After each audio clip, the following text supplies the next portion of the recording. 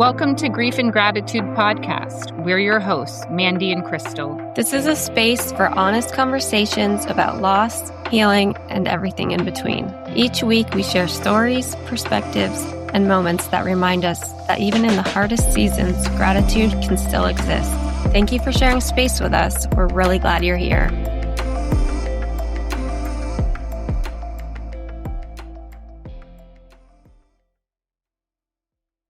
Hey, it's Mandy here with Crystal. Welcome to our first episode.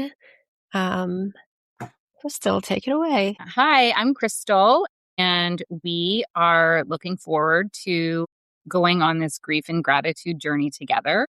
I thought to start, we would share just a little backstory on how me and Mandy met each other and what led us here. Probably 20-ish years ago, Mandy and I met. She was actually very good friends with my twin sister, Jen. They played sports together, 9th grade in high school. So I knew Mandy through that relationship. Fast forward, end of high school, 17 and 18-year-olds, we got our first apartment together.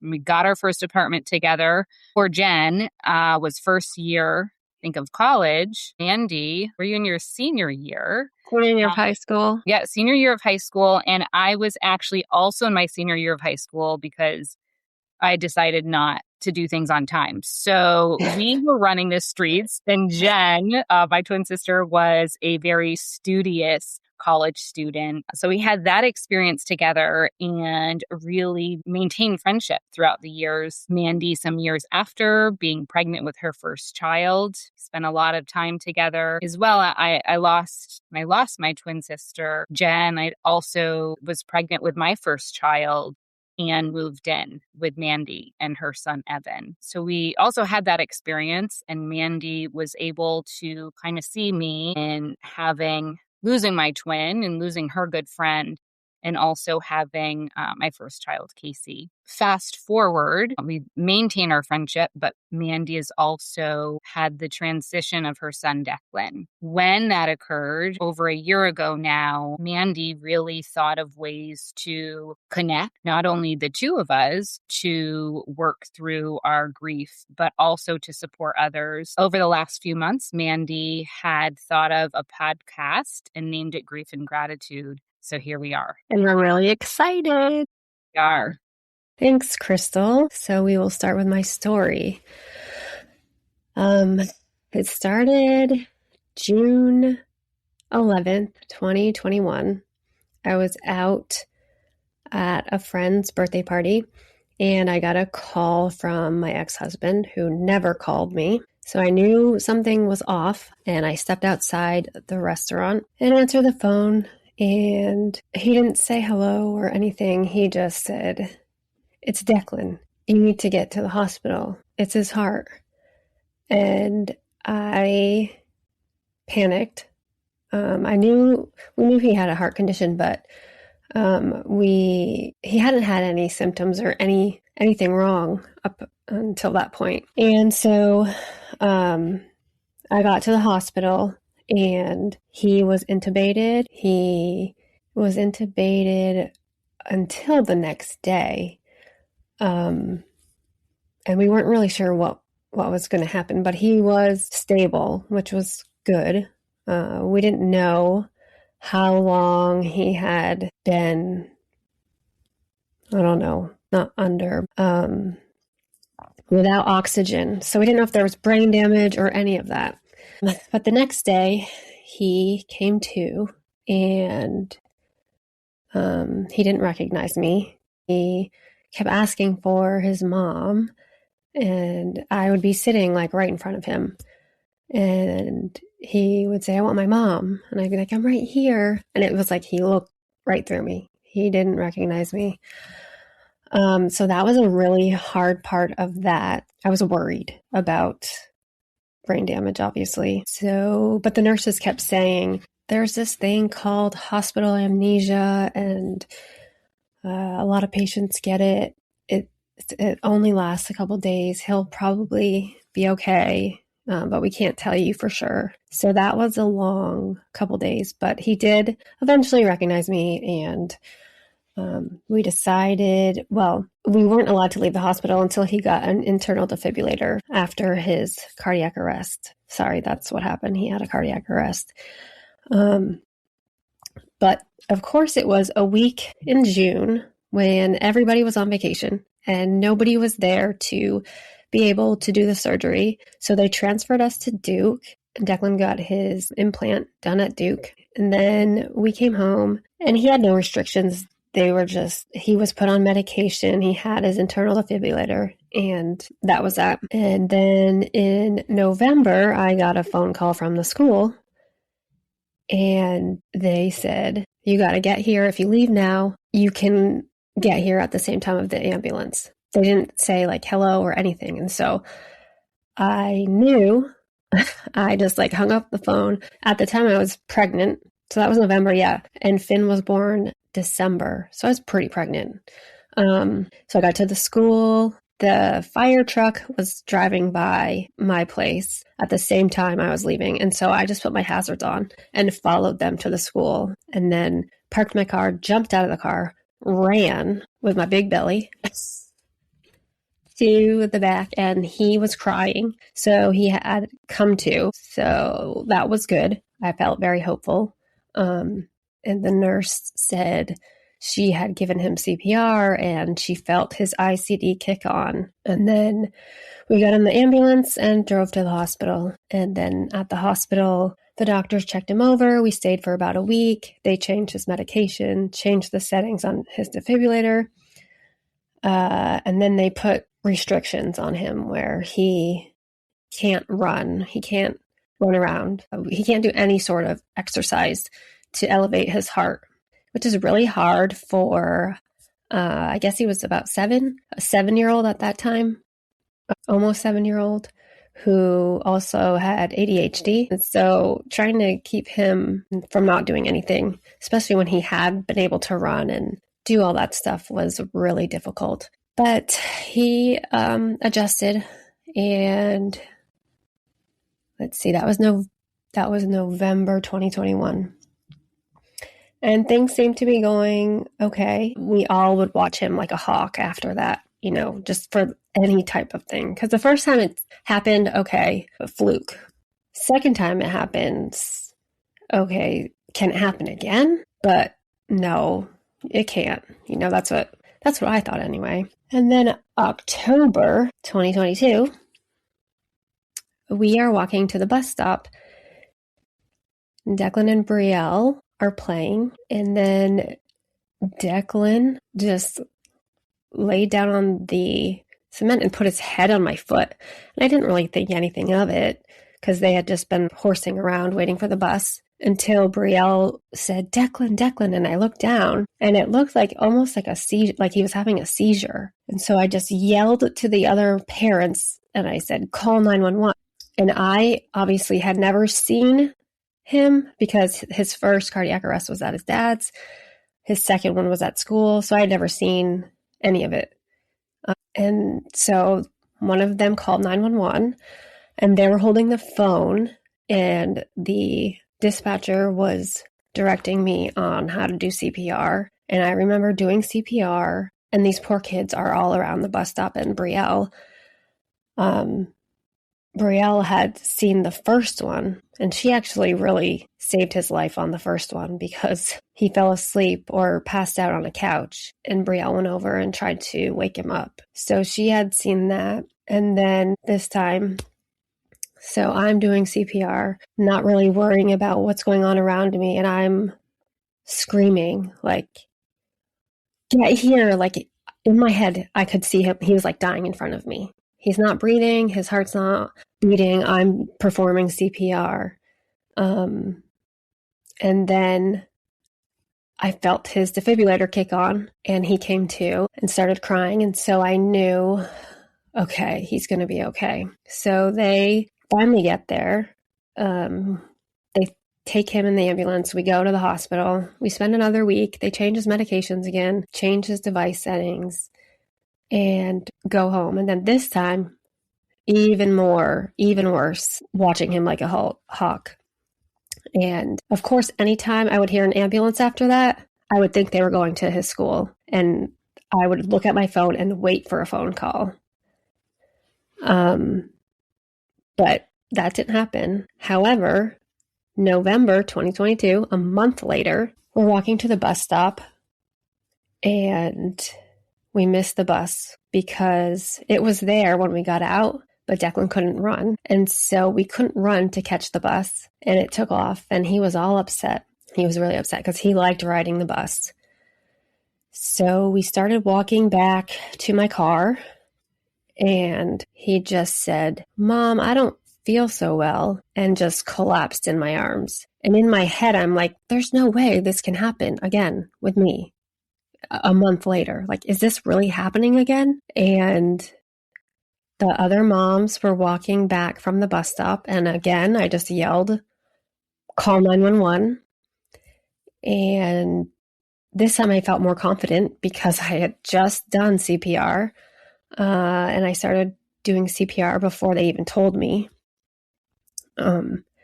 And they also said, "Do you have a defibrillator?"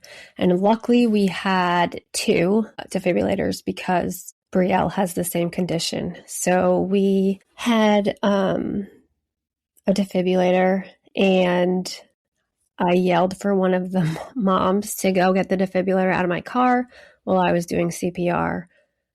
And the other moms were just around. One of them was comforting Brielle. One of them was holding the phone. But this time I was doing CPR and his defibrillator did not kick in. And so again, I'm like thinking my child is dying right in front of me. The mom gets back with the defibrillator. We put it on. We shock him once. It didn't work. So I guess it's like 20 seconds. It waits and then it shocks again. Shock him the second time. And he starts crying. And I'm just like, oh my God, thank God. It was just a scary, scary time. He had been down, unconscious, a lot longer than he was the previous time. And about that time, the ambulance got there. And we rode to the hospital and again changed his medication and settings. And we changed the medication stayed the same after that, but his settings were always changed at all his checkup, doctor's appointments after that, because they were trying to find the right setting for him. At the previous doctor's appointment, they had talked about possible transplant in the future. We all knew his heart was bad, but I guess nobody really thought it was that bad. But obviously, if he had 4 cardiac arrest, it was bad. And then with summer 2024, we went on vacation and had a great time. And that was in August. And we were talking about, wow, it's almost been 2 years since Declan has had an incident. Like, how wonderful. And kind of excited and happy and celebrating. And then September 23rd, 2024, I was up getting ready for work, and my daughter Brielle texted me. It was about 7 a.m. and said, "Mom, Declan just fainted." And this was over text. And I thought she was playing a trick on me. And so I texted her back and I said, "Well, is Dad there? What's going on?" And I was like, why am I texting back? So I just called her and I was like, "What's going on?" And I could hear in the background the chaos of someone on the phone with 911, someone doing CPR. And of course, Brielle's upset because this is the 4th one that she had to endure. So I got dressed and I said, okay, they performed CPR. He started crying. The ambulance got there. And I thought, okay, he's going to be okay because he's crying. Same stuff. Just, okay, go to the hospital. And when I get there, he's playing on his stepmom's phone. And he seemed a little disoriented, but he was good. And I was like, "Hey, buddy, how are you feeling?" And he had just been sick. The weeks before he had the week before he had hand, foot, and mouth, and the week before the hand, foot, and mouth he had some virus. So the poor kid hadn't been at school since the beginning of school, really. He had only been there for a couple days. So I get to the hospital and ask him how he's feeling. And he says, I'm doing okay. And I said, I love you. And he said, I love you too. And he's playing on his phone. And we're talking with the doctors. And they're talking to Duke and trying to figure out next steps. And the next step that we had discussed was putting in a new device, because obviously that device was not working. So they were on the phone trying to get him transferred to Duke so they could do the surgery to put in a new device. And all of a sudden, like, a bunch of nurses come in and they said, we need to take some blood and do some blood tests before he could get transferred or anything. And Declan hated needles. It was so hard to get him to get like a flu shot, any kind of vaccine. You had to like hold him down.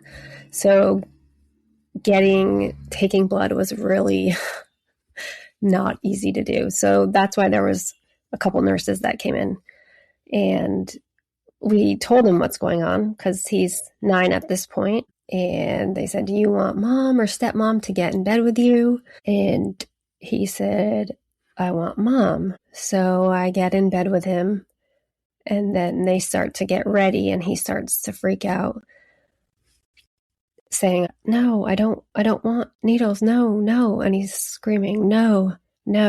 And all of a sudden, the heart monitor just starts to go up and beep, beep, beep, beep, beep, beep, beep, beep. And he went into cardiac arrest again. And I climbed out of the bed, and they were trying to shock him, and it wasn't working. And they were yelling for the ER doctor to get in there. And I just lost it, and I ran out of the room. And I didn't know what to do. And then I see the chaplain coming down, and I'm like, this is not good.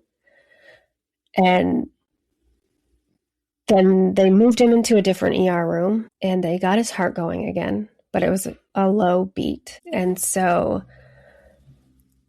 I'm calling my boyfriend and texting family and losing my mind and crying.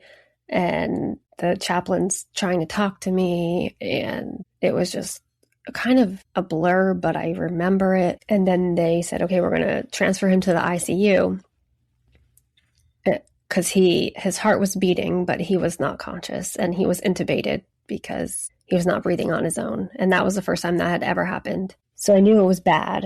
We went up to the ICU, and we're in there for only a couple minutes. And they came in and said, we need to do a PICC line, I believe it's called. So we need a sterile environment. You're going to have to either wait in the hall or go down to the waiting room. And so his stepmom was there. She rode with him in the ambulance. And we said, we'll just wait in the waiting room. And then Michael shows up, and he's waiting in the hall with us. And then the nurse comes out and says, okay, we're going to ask you guys to go wait in the waiting room. And we didn't think anything of it. So they walk us down to the waiting room, and we're in the waiting room, thinking, they just need the sterile environment, whatever. They need to do all this stuff. And we're just talking. I don't even know what about, just whatever. And then his doctor, one of his cardiologists and the ICU doctor walk into the waiting room, and they come over to us. And his doctor said, we're doing everything that we can.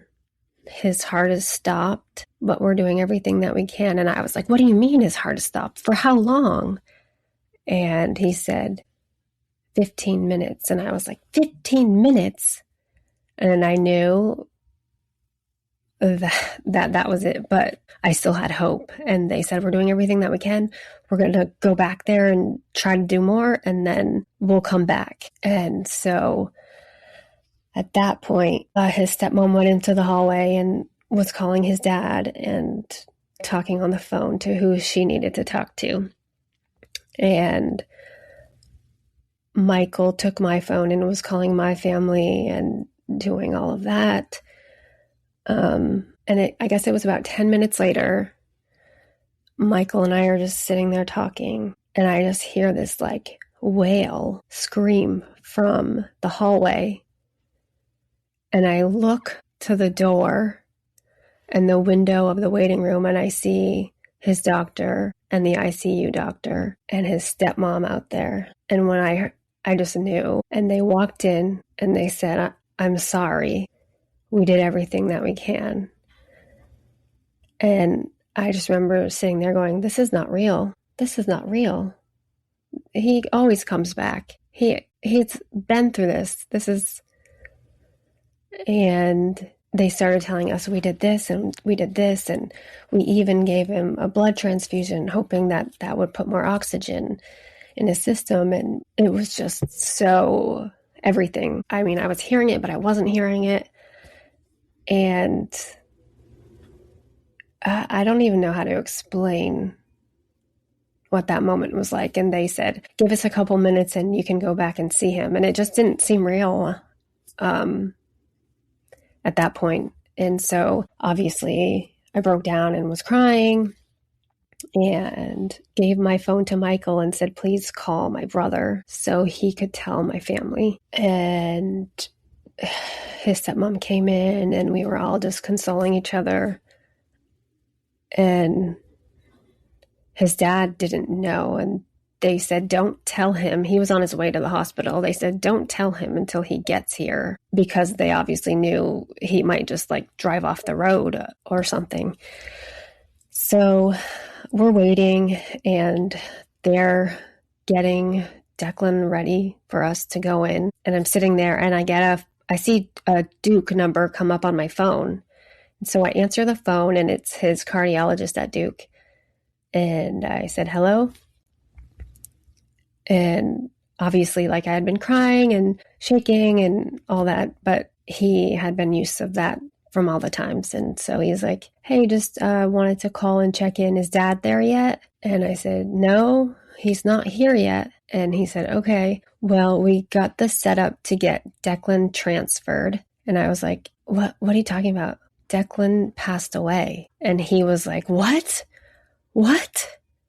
And I just took the phone because I couldn't even talk to him and handed it to the nurse. And she was like, "Oh yeah, I'm sorry. We didn't have time to call you." And I just was broken down. Like, I couldn't believe. And I know he must have felt horrible. But anyway, so they dealt with that. And then they came in and said, "Okay, you can go in there and see him whenever you're ready." And the chaplain had been hanging around like this whole time. And at this time in my life, I guess I was more agnostic. I didn't really know what I believed. And so having the chaplain around, it was kind of annoying, but also comforting. And we went back and saw Declan, and he still had the tube in his mouth. And he was just lying there. And I couldn't believe my eyes.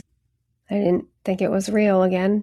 And so I sat on the bed with him, and I just hugged him and kissed him. And the chaplain was in there, and I said to him, "Will you say a prayer for him?"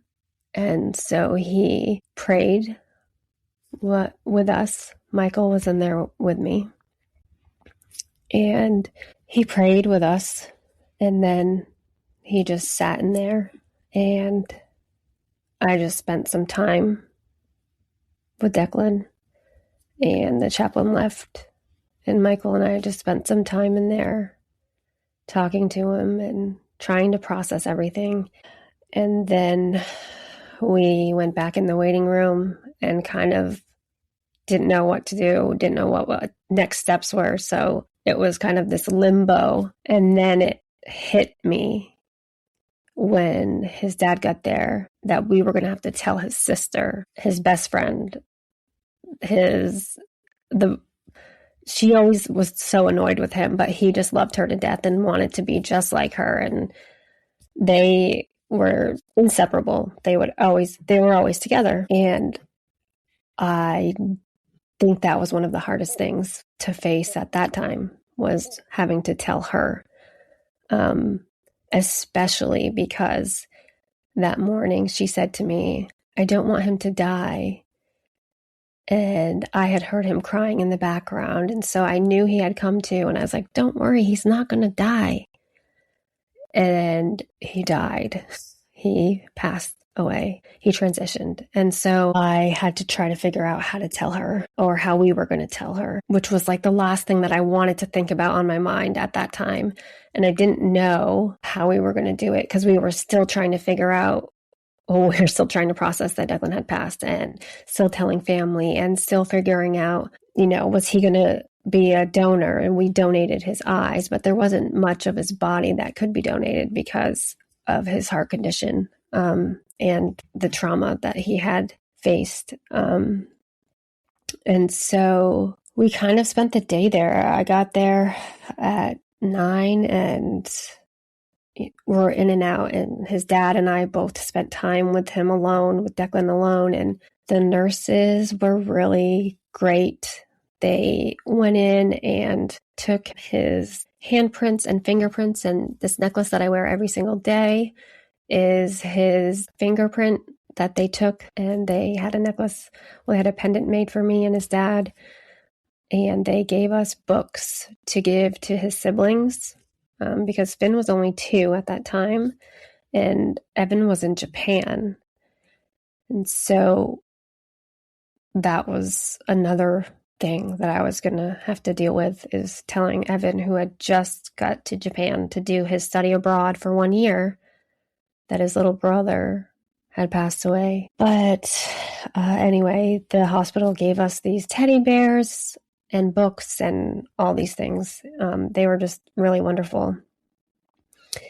And we, as the day went on, his dad and I had a conversation about how we were going to tell his sister, and that the hospital offered, do you want to bring her here and we can tell her here, or whatever you guys need or want, we can help you do. And we decided that we were just, the 4 of us were going to go tell her together.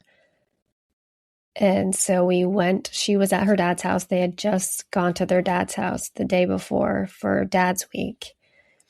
So, and she was sick that day. She stayed home sick that day. So we all drove to Dad's house and walked in, and Bria was very confused. Why are you all here?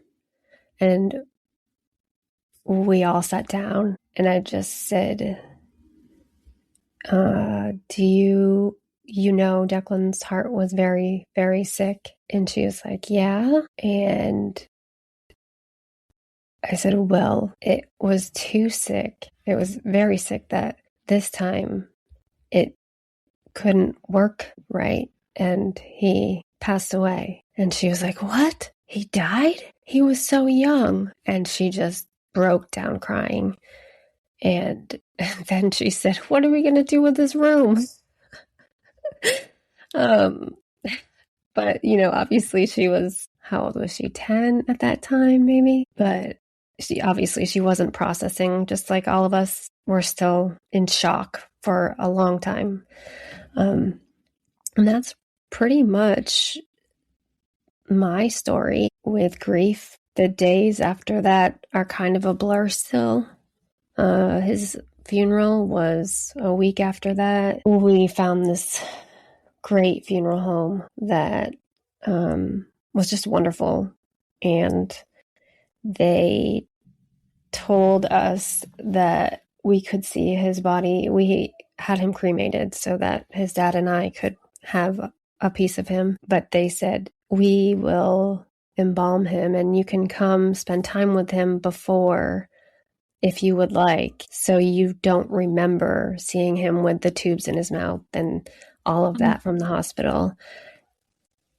And they said, you don't have to decide now, but you can just let us know. And so I thought really hard about it that whole week. Like, what was I going to do? I wasn't sure if I wanted to see him again or just let it be, or if it was going to be too traumatic, or And I went back and forth, and I decided that I wanted to see him again. And so I called the funeral home and I said, I want to see him. I have clothes that I would like for him to wear when I see him. And I brought his favorite stuff.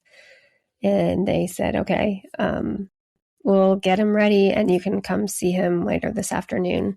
And so they got him ready and he was wearing his favorite stuff. And I was able to just spend time with him, and Michael was with me, and they played his favorite music. So that was playing in the background. And it was just really nice. And I'm so thankful that I was able to spend that time with him and see him again, because that was the last time that I actually saw him.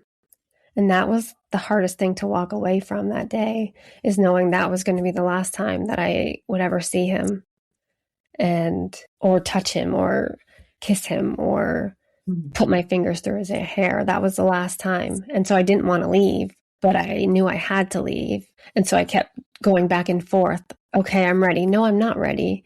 Okay, I'm ready. No, I'm not ready, because I didn't want to leave him. I didn't want to not have him with me. But eventually I had to leave. I couldn't take him with me. So we left. And then it was just telling people, and the funeral was amazing. A lot of people showed up. And then reality sets in, and it's real. And so it's been a little over a year and some months since he's passed, and it's been a rough road up and down, but I definitely have come a long way for sure, and my beliefs have changed. I definitely think that our souls are still around after, because Declan has sent me some undeniable signs that he is with me. And so I know he's here. And so my beliefs have changed, and I've really actually dug deep into a lot of that since he passed. And that's kind of how I came to podcasting, because I, in my grief, was looking for some sort of support to find where other people had experienced what I had gone through. Because when it happens, well, first of all, you don't think it's ever going to happen to you. And then when it does happen to you, it's like you want to hear other people that it's happened to and how that they survived it, that they were able to survive it, that they moved forward, that they were able to move forward. And I found some really good podcasts, and I still listen to them today. And hopefully this podcast will be something like that, to be supportive for other people. So that is really my story, Crystal. And that's the first time I've heard your story. So I'll say for you, right, you experienced it, and I know you've told it, but for me as your friend, right, it's really hard to hear. So I'm appreciative for that space. I think in telling a story, it can be healing not only for you, but what you said, right? Those podcasts you listen to, for me, hearing your story, right? It brought up memories for me in my own grief. And also it's that feeling of connection, right, between us that is even unspoken. Mm-hmm. So I want to now ask you some questions. You mentioned the kind of the time frame. It's been a little bit over a year. Mm-hmm.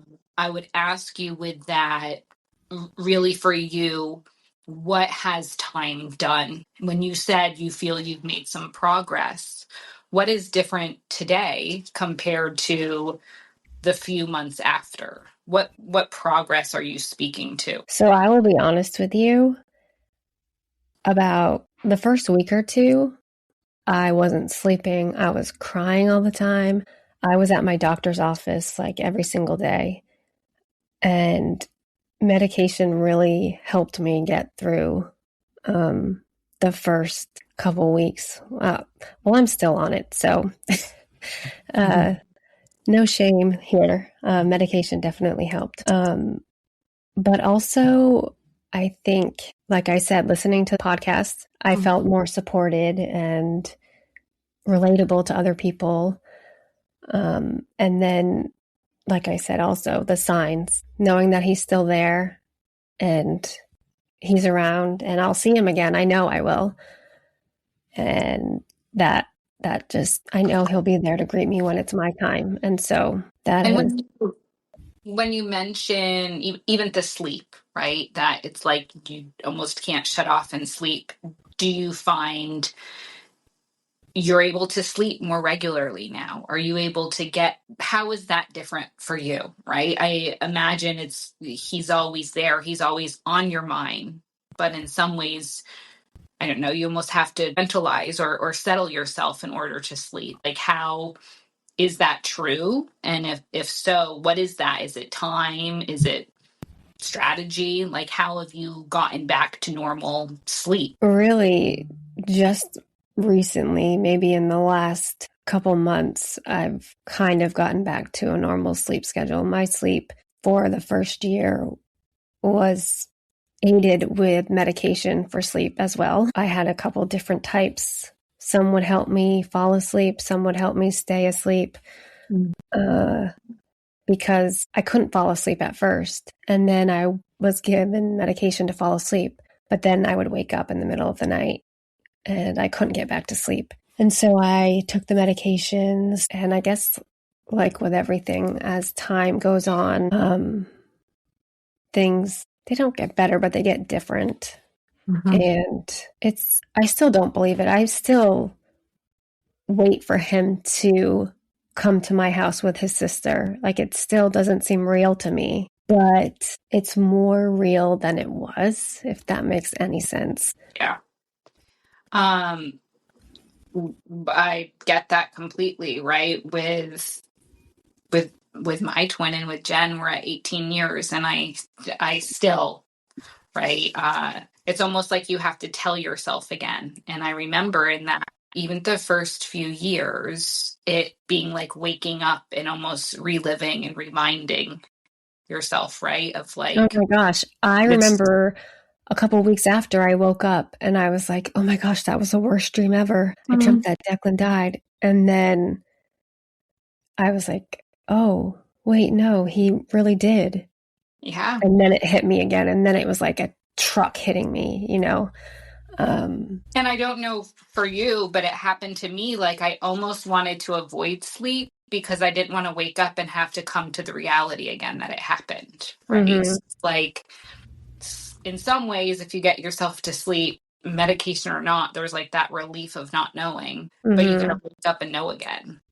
Yeah. So it's like when we think about even the stages of grief, like you talked about, not denial, but kind of still the not knowing, right? Or having to remind yourself. Do you find that you're beyond bargaining? You're beyond the denial and the numbness and shock? Or does that come in waves for you? Is it the new normal that Declan isn't here in the physical sense, or does that ebb and flow for you? It definitely is a roller coaster up and down. Some days I still cry and just can't believe it and think how it's unfair and how he should be here and how he fought so hard to come back every time. And just, he was a strong, brave little boy. But then other times I think how blessed and grateful I was to have him for those 9 years. And after the first arrest, he could have passed away at that first arrest, but we got 3 more years with him. And so it's definitely a roller coaster for sure. I'd say. How would you say you're different, like as a person, whether it be your personality or how you engage with your family or friends, how you engage in life, how you show up for life? Does it noticeably feel different, right? That's the like Yeah. life occurrence, a life-changing loss to not have your son here in the physical. Like, do you feel like a different person? How are you different, if at all, from before it happened? Yeah, I feel like a totally different person. I feel like the same person, but a totally different person. A lot of things that would not have bothered me before, just about my kids.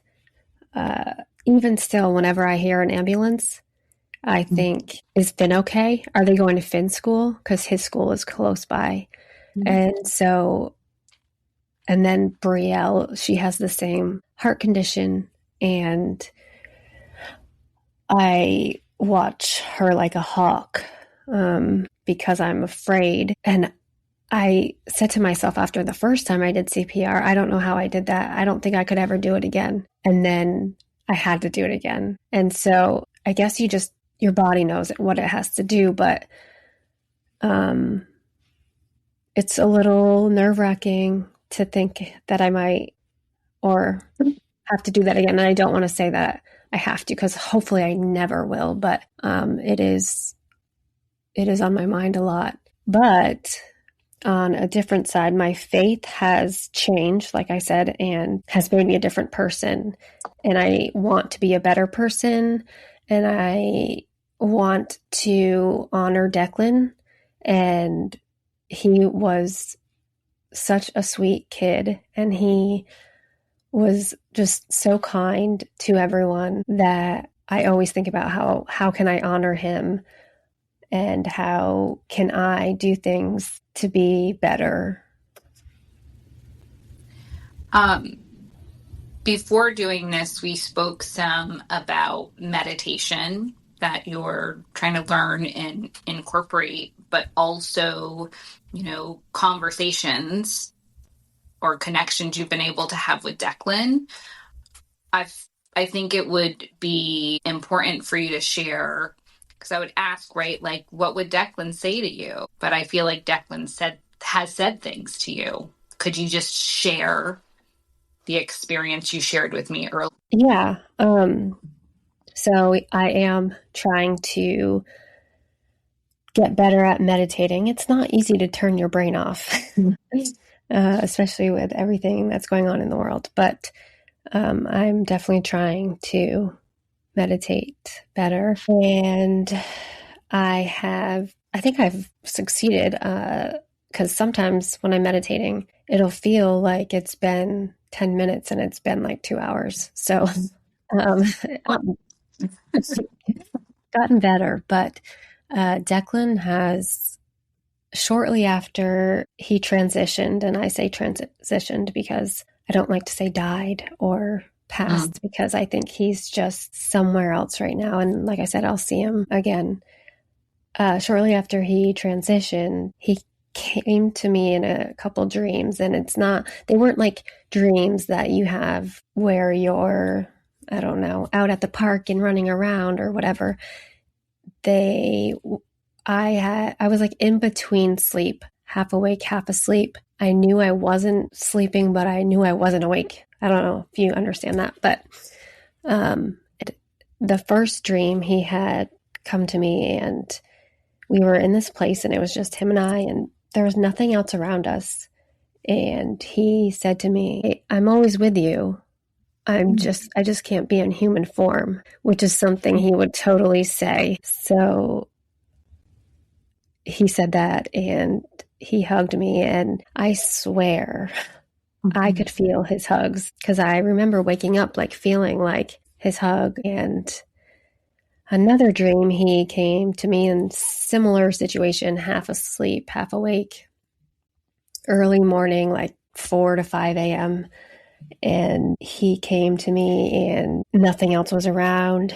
And we were just talking, and I don't remember really what we were talking about. But then he told me that I have a purpose, because I think I said something like, "I want to be with you," or something like that. And he said, "No, you have a purpose." And I asked him, "Well, tell me, what do you want me to do?" And of course he wouldn't tell me. of course, he said he had to go, and so he left, and I'm stuck figuring out what that purpose is. But I think I know what it is, and it's just to share love, and I think to be kind and to make the world a better place and to honor his memory. And I don't know. He knew you knew, right? And he had like cliffhanger.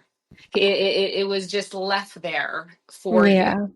Maybe. And I think what's beautiful about meditation in that space we can find is it almost feels like when we're ready, we get the answers we need. Right. Mm-hmm. So you got enough. And from that, you contemplated and real, of course you have a purpose. Right. And in that, you also have, like you said, wanting to honor Declan. Right. I wanted to ask, because grief and gratitude, right? The name of the podcast is something you came up with. And I was like, that for me, that was just so profound, right? It's like both sides of the coin. And at the same time, to me, it means like there's grief and gratitude. Both can exist and they can also coexist. They don't have to be opposites. Why grief and gratitude? How is that meaningful to you? And where do you feel like you are on that journey? Would you say, right? Like, is it a spectrum? Are you living more in grief or gratitude? Does it feel simultaneous? Yeah, no, I think it changes. It changes. Some days I feel more of the grief, and other days I feel more of the gratitude. Like I had mentioned, I feel lucky to have had him for 9 years. I try to remind myself that I would take all of this, everything I went through, as traumatic as it was, and as the PTSD that I still have from it, I would take it all to have him for 9 years than to not have him at all. And so I am thankful for that time. And I try to remind myself that every day, as well as aging. None of us want to age, but aging is such a blessing because a lot of people aren't able to experience that. And so it's definitely a wave. Today, I guess it's more gratitude, but it's probably going to be more grief tomorrow because it's Declan's birthday. That's right. For his birthday, will this be his first or second birthday since he moved on, since he transitioned? How many is this?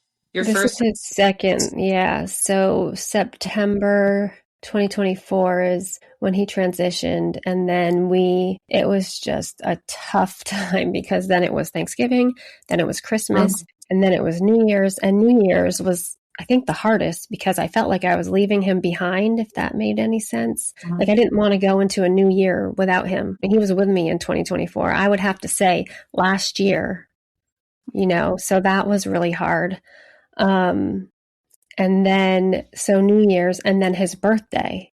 And so it was just like, bing, bang, boom, get them all over with. They all came, and then it was pretty intense for that time, but then it calmed down. And I think that was definitely helpful. But last year for Christmas time, I donated some Legos that he had that he never opened to a classroom that was nearby. And then for his birthday, I brought cupcakes for his class because he had been to school for a couple days before he was really sick. And so they celebrated him for his birthday last year. And then this year for Christmas, I donated a book to one of his old teachers' classrooms for each student, and also did a gift tree where you pick a child. So definitely going to keep doing things like that just to keep his memory alive. And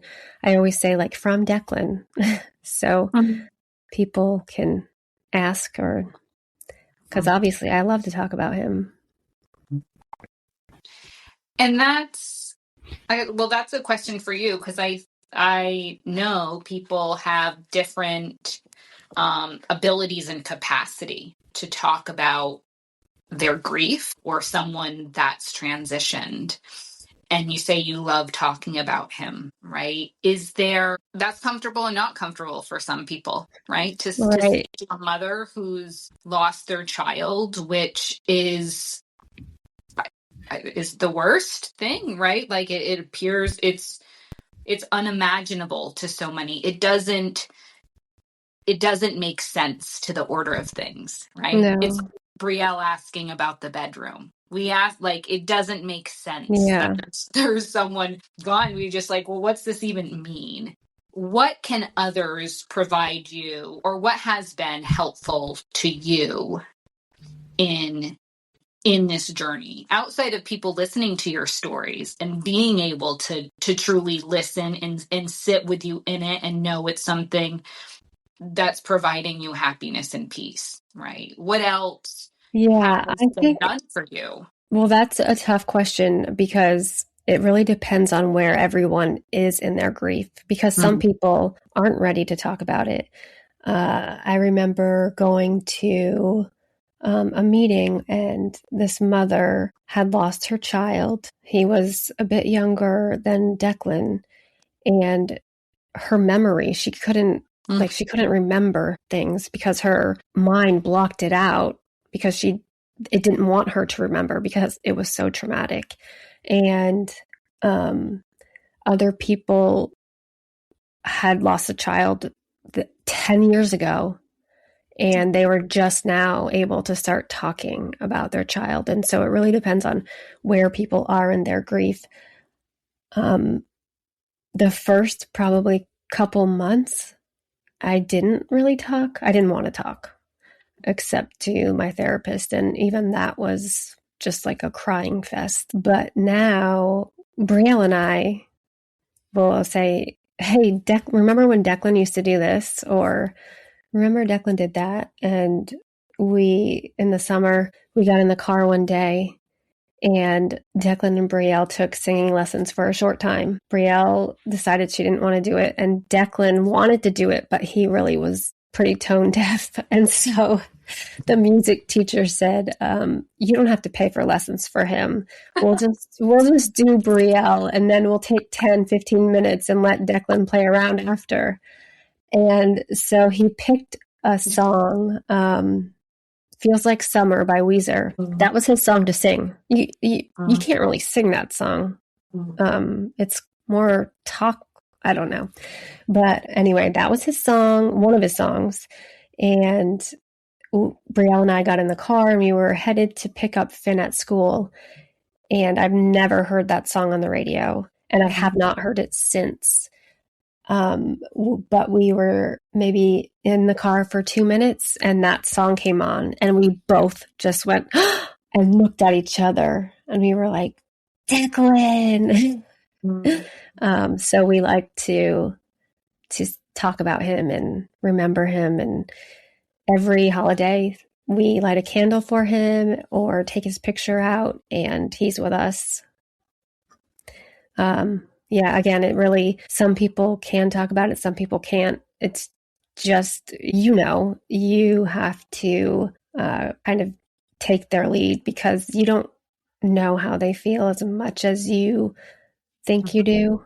Yeah, I think you have to like almost feel it out. You have to test the waters. You have to adapt to and navigate, right, the stories. I'll be honest, sometimes I start telling a story about Jen and as if she's here, and then it's like, oh no, oh, you have a twin sister? Yeah, I do, but she passed away and it was this long ago, and then it's the ohs and ahs and all the things, right? Sometimes I just don't give a shit. I just keep on moving because I'm going to tell my story. And then there's other times where I like, oh, right, like, this isn't a comfortable space because I don't want to make people sad, right? So it's like knowing your people, like who have talked for hours about it, and it's comfortable, it's light, it provides like memories, and others are like, okay, that's okay, right? Like we also have to. That's how, when people ask me, like, and this has always been really tough for me since he has transitioned, is how many children do you have? do I want to get into that, or do I just want to say 3? Yeah. Or do I want to say 4, but one is transitioned? Or do they know what transition is? One has passed away. So that is it depends on the day how I answer.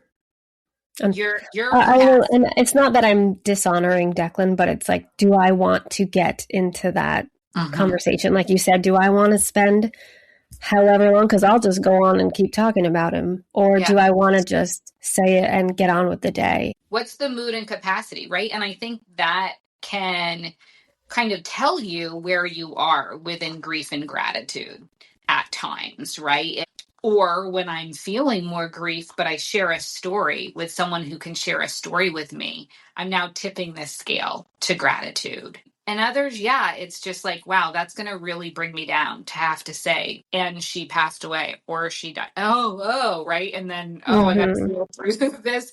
It's a lot, right? So depending on your capacity, you're absolutely right. In no way is it dishonoring, but instead it's knowing your capacity and your space and what's best for you, I think, in that moment. I know from you sharing, it's going to bring up more questions, right? I think we could go on and on, but it will also leave room for discussion in other stories you've identified, which is, I think, PTSD and or trauma around the incident. It just can't be ignored. Right? And looking at that and identifying that, because you actually explain, one, the loss alone, the transition alone is jarring, and also all the times you went through. And when you spoke to, right, like, this can't be happening again, to there's no way, right? Because it worked out before, and here we are.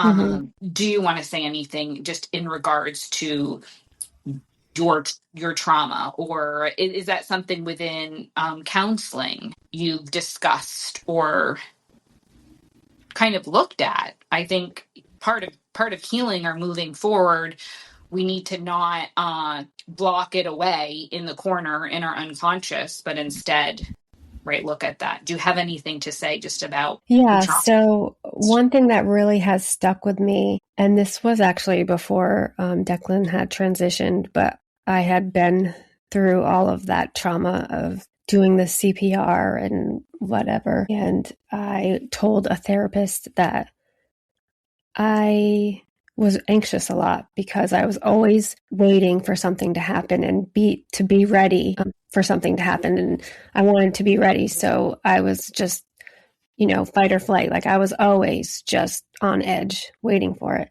And they said to me, so what would you do differently? What did you do before when you didn't know something was going to happen? How would you be different? Would you do anything different? And I was like, no, I guess not. I would still call 911. I would still do CPR. I would still do all the things that I did. So I don't need to live on that edge. And I need to remind myself that with Brielle, because I am on edge with her, but not as much as Declan, obviously. But that was something very helpful for them to say. That really made me go, but the other stuff, you got to, I think talking through it is really helpful, but it doesn't go away. It gets better as time goes on, I think. I don't know. I mean, you've experienced the same. So I look to you because it's been longer for you than me. Yeah, and interesting, I think it is the talking. It is, in my experience, and even, in my work where I provide counseling to those who have experienced trauma. And when, for myself, for my family, for clients, I notice, like, for those who avoid and don't talk about it, it's like that, again, that thing they've hidden away, right? That hasn't been brought to the surface. And I've noticed for those people, including within my family, right? And because it was my sister, it was my twin sister, but I also had to observe my mom losing a child.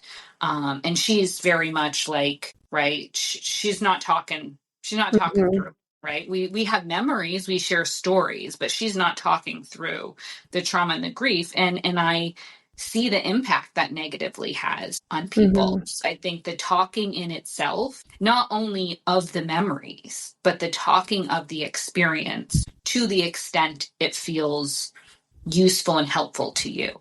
And for me, I remember it was three or four winters ago, like around the holidays, and Jen passed December 30th. I was talking with my clinical supervisor, and I was right around that time. I just was having, I couldn't sleep. I'd wake in the night, or I would have, I'd wake up and like know my dreams were off, but I couldn't remember them. I would have flashbacks to the day of her passing.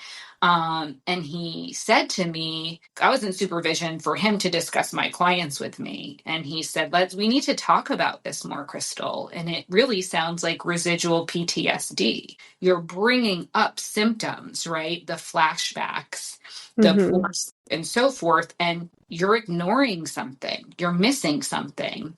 And I think it was actually 4 winters ago he said that. Ever since he said that to me, one, I'm like, why the hell didn't I think of that? Right? I provide there. I look into this a great deal. I work with clients with significant trauma. Like, why didn't I put it together for myself? And also, once he said that and I recognized it, I realized for myself, right, I need to provide myself more space around this time and identify it and feel it. And if I, right, like not ignore it as just a sleepless night, but really to not only talk about, oh, Jen, and oh, this funny thing she did, but wow, this thing that occurred leading up, or this thing during, and just knowing your people to talk about those things with journaling. I writing letters. I write letters to Jen. Me too. Yeah, I did just a full year. I freaking wrote to Jen, and then I got to the point where she was probably like, "Shut the fuck up," right? Like, you bringing out the same issues, Crystal, and I would then laugh about that.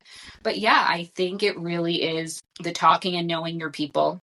Is really important. And you're right, like hearing and realizing for you, it's that 1 year, like not even 2 years, like it's, who knows, right? The journeys are different, but I just really, like, my heart aches for me to think about having to go back to year 2, right? Like, I think we all are aware. And there's something that can feel right. It's people worry about forgetting. Don't worry, you can't. It just said, no, she's no different than literally my memory of her in year 1, year 2, year 3, all the way to now.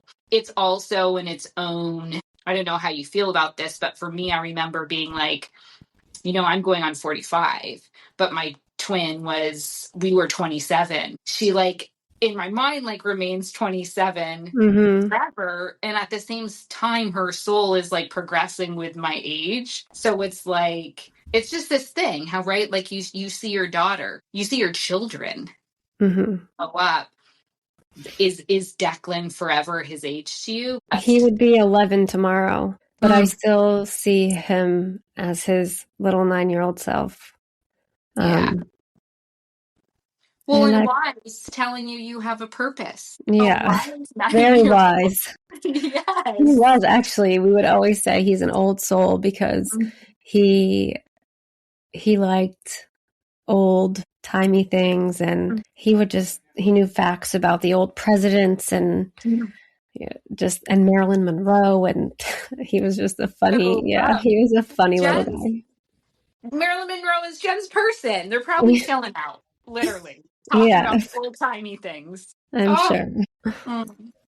I love that. For his birthday tomorrow, I know for you, well, I don't, you'll experience it.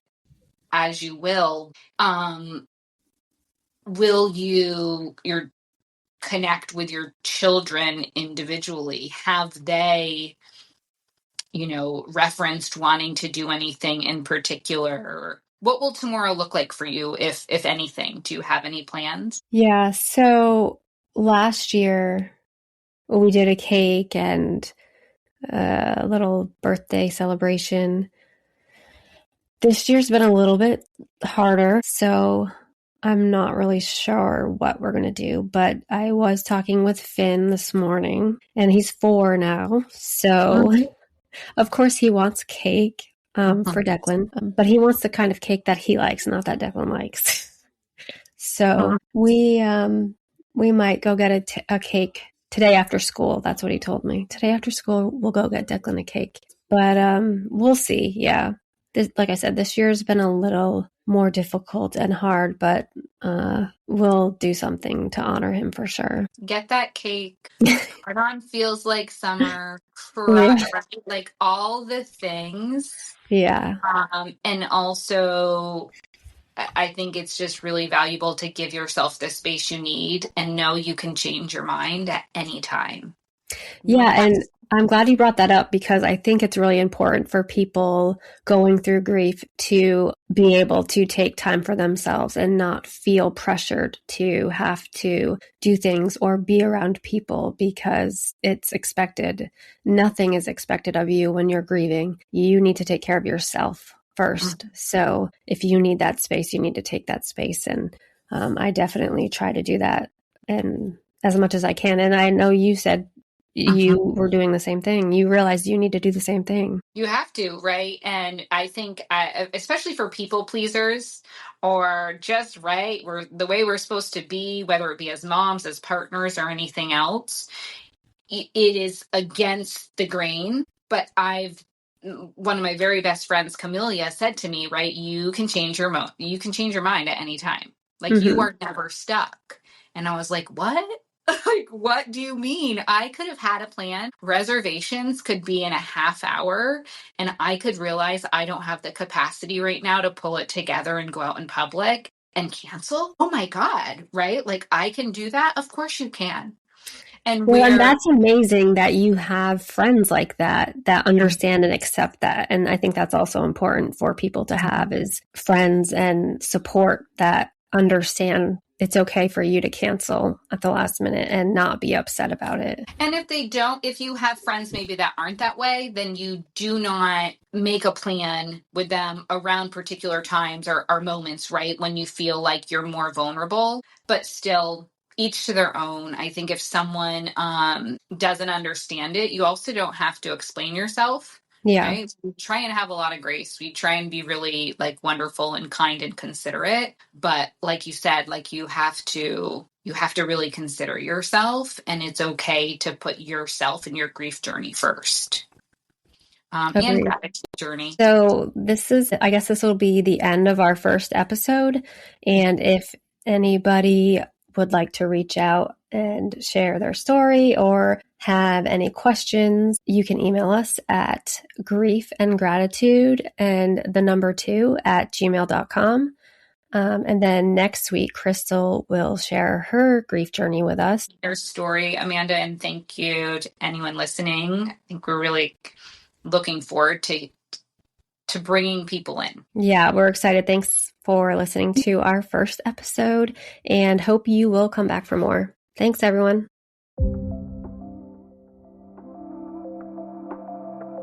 Consider being a supporter of the show by downloading episodes, subscribing to the podcast, or clicking the support link in the show notes. You can also leave a 5-star review wherever you listen.